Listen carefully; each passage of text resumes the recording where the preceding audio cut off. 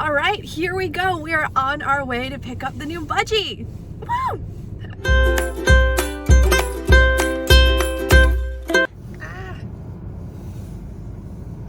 Sir?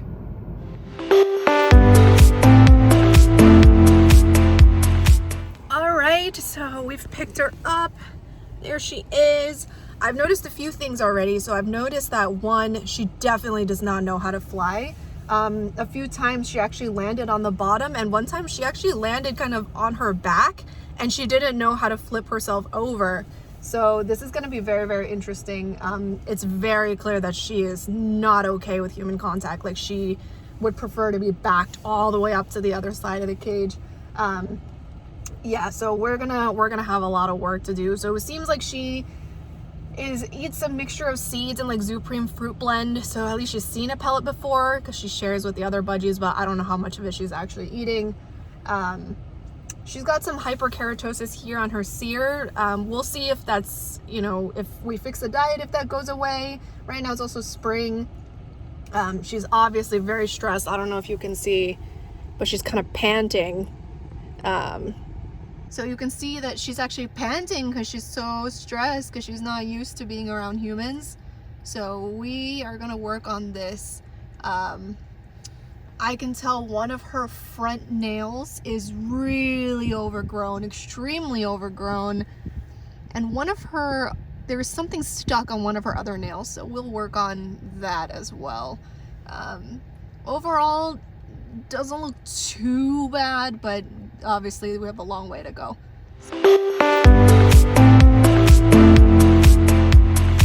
So when a budgie first arrives at home, I'm not going to get right up in their face and work with them right away. I'm just going to give them a chance to take in their new surroundings, get a feel for the space.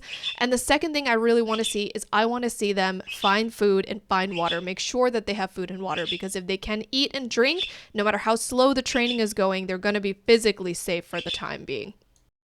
So in bringing in new animals, especially with budgies, one of the things that we have to consider is whether or not to keep them in the cage that they came in, or if I should move them to one of my personal flight cages. Now for her, it's very clear to me that she's not able to fly, even though she's not clipped, that she has never exited the cage. When she falls, it doesn't look normal. So something is going on with this bird. But one thing is for sure, that she has no flight coordination and no ability to catch herself. So when you're looking at the history of a bird and evaluating a bird, for a bird like her who has very, very poor flight control, I do not want to automatically move her up to a big flight cage, because what's going to happen is that over these next few days, like, she might occasionally spook, she might get scared, and she might fly. And because she can't control herself, if it's a taller flight cage, she's going to fall all the way down to the bottom and she could hurt herself.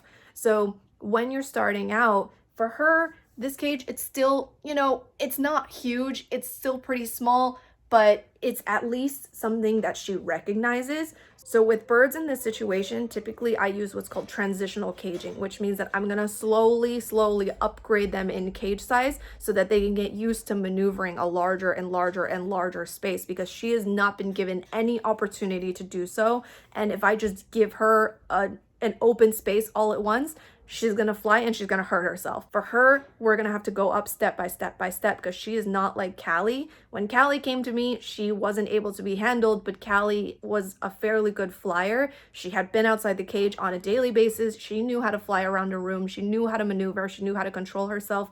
Gandalf was the same. Gandalf did not know how to interact well with people, but he was very, very good on the wing. So if I were to put her in the big double wide flight cage that FitC has, or the big flight cage that Gandalf is in now, she definitely will hurt herself. So a lot of times I know people might, I know a lot of times people say, oh my God, they want to get this bird and they want to automatically like give them a whole new life at once. That's not necessarily the best thing for them in that moment. The most important thing is their flight skills. If they have no ability to control their wings whatsoever, putting them in a really tall cage is going to be very, very dangerous. All right, it is 8 o'clock and I am finally awake, but I know that little one over there has been awake since 6 in the morning. So that means she just got about 2 hours to watch me just, the alarms might ring, and then I might snooze the alarm, I might flip over, get up, lay back down. And she was piping up quite a bit before, so it's a good sign. All right, so it looks like she's pretty settled in for the morning. She still hasn't eaten. I did catch her getting a drink of water and piping up and doing a little chirping. So now I'm gonna go and feed the other two birds, wake them up. Right now she is in quarantine. So remember, whenever you bring a new bird home, it's really a good idea to quarantine them. I recommend at least a minimum 30-day quarantine. I typically do a 45-day quarantine. So quarantine means that your new bird is not in any way in contact with your existing flock. This way it gives you a period of time to, one, get them their new bird exam, get disease testing, and then also make sure they don't have any other illnesses. During this time, they do not share anything. They do not share bowls. They do not share any kind of items. All of the items remain separate. So that means that between handling this bird, I should wash my hands before I go handle the others. In an ideal situation, you would handle your existing flock first and then come and handle the new bird. But in my case, because she's quarantining my bedroom, between dealing with her and going to work with my existing flock, I have to wash my hands thoroughly up to my elbows and then go. Now, once I was done with that, I came back into the room. Budgie, for her, because yesterday she was still a little hesitant with coming down to eat, I don't want to mess with her diet too much. So I'm just going to start with upgrading her seed mix, which is what she ate yesterday, and she just seemed to recognize. So she's getting a little bit of my custom made seed mix. So I'm going to give her a teaspoon of that today to carry her throughout the day, which I don't think she's going to be able to finish by the time I get home. And we'll see, hopefully she comes down and she eats something, and then in the evening we'll work on things again. Once I was done with that, I came back into the room, and that's when I noticed her chewing on her wing. Hey, this is when it became clear to me why she was missing flight feathers on her right wing, and part of why she couldn't fly. She's completely bending and destroying the feathers on her right wing. The next thing I do is I come in, I sit down for a little bit, usually 3 to 5 minutes, and I just let her watch me. She can vocalize, she can move around, and I'm not going to approach the cage. This way she learns that she doesn't have to fear that her vocalizing and moving around is going to cause me to do the scary thing, which is approach her. After sitting here for a few minutes, I'm going to see if maybe she's calmed down enough for me to try and give her some millet. You can see that when I approach the cage, this is basically her reaction. She hides all the way at the back of the cage, trying to get away. However, I did extend one side of a bit of millet to her, and she was willing to eat it. So that is fantastic. That tells me two things. That tells me, one, she does recognize spray millet as a high value item. And two, that means that I can probably use this as a food reward for reinforcement training. And this exercise is a pattern that I continue to repeat in the future. I come in, I sit down a little while, then I get up and I offer her some millet. So that way, when I first come in, I don't immediately rush the cage. I come in, I sit down, give them a chance to anticipate that they want me to come over before I come. I show them the millet and see if they actually want some.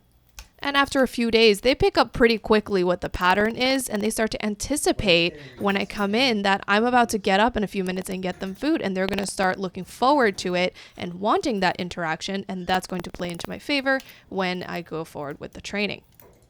I did also notice she had this cotton rope shredding toy in her cage, which is not safe, so I decided to take that out as well. And that is her first 2 days with me. All right, it is another day, another morning. All of the things are going to stay the same. I wake up, I go about my own business. I worry about FitC and Gandalf first. They get their breakfast, they get their treats, they get their timeout, and then I come to the new bird last. And that's pretty much what I'm going to repeat until such point that I see that she's really comfortable taking millet. That when I walk in, she's anticipating it, she's looking at me, knowing that that's the same interaction that she gets every time. Until I get to that point, I'm just going to be repeating this routine. It's probably going to take a couple days, maybe a week and a half. So it's all about going at her pace. But once I start to see that body language, that's how I know she's ready to move on. And this usually answers a big question that people have, which is how long does it take, or how long do I have to do it for? I do it as long as that I'm seeing progress, and until I get to the point where I know in her body language. Oh, hello. Yo. Oh, we're piping up today. What's the matter?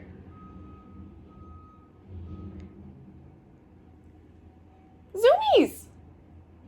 I'm assuming that was her morning version of the zoomies because she's not been outside of the cage for 5 years. Yes, hello. Good morning. So definitely getting a little more comfortable. Now we're have the bravery to vocalize. Fantastic. So now she's feeling comfortable enough to vocalize. Hi. Hi.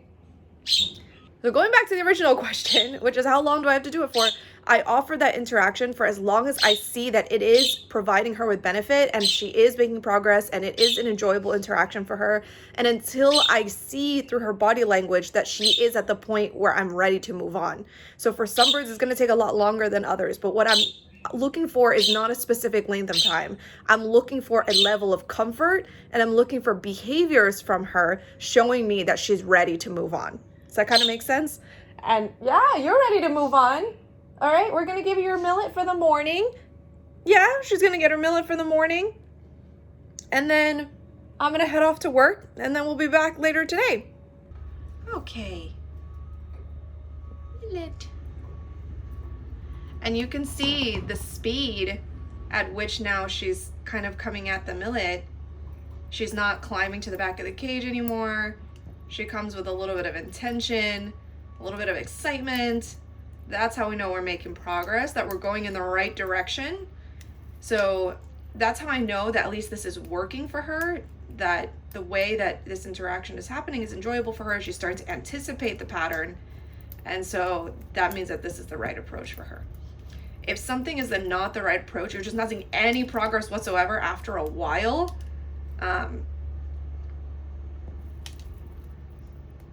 then I would stop doing it.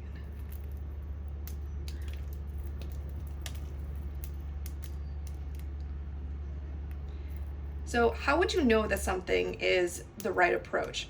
So if something is the right approach, I'm going to see that they're going to start to catch on. They're going to show interest, that I'm going to be making slow progress, right? I'm going to be making little bits of incremental progress day by day. You saw?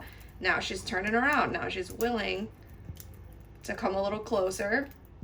So I'm going to start seeing little bits of incremental progress. And that's how I know that it's working out for her, that in their body language, they're going to start to orient themselves towards it, that they're going to start looking for it, anticipating it. That's how I know it's working out for them. If you're doing the same thing every single day, all day, and it's just not doing anything, we have to consider, one, is it just taking a long time, or is this producing the complete wrong effect and it's not working for them at all? And we need to look at the science again. So right there, she knocked the millet down, and I let it fall because I want to see if she'll step closer. And she will, which is great. Okay, that's enough millet for you. And see, now she's not hopping to the back of the cage anymore when I withdraw the millet, which is a good sign. And we're gonna shut the door. Okay, Papa. We'll see you later, okay?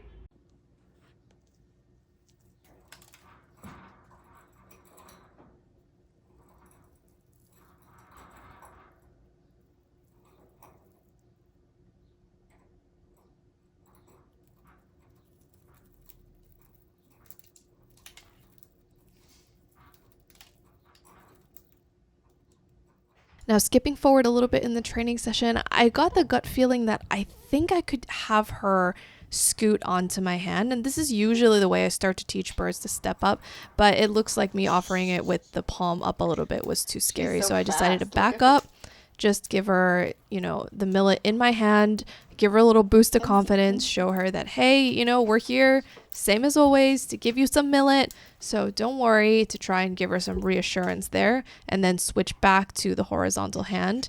I find this is much better than having them jump onto the hand, because in order for them to jump on, they have to put full faith into the fact that your hand will hold them up, or faith in their wings that they're going to be able to fly away if your hand gives in.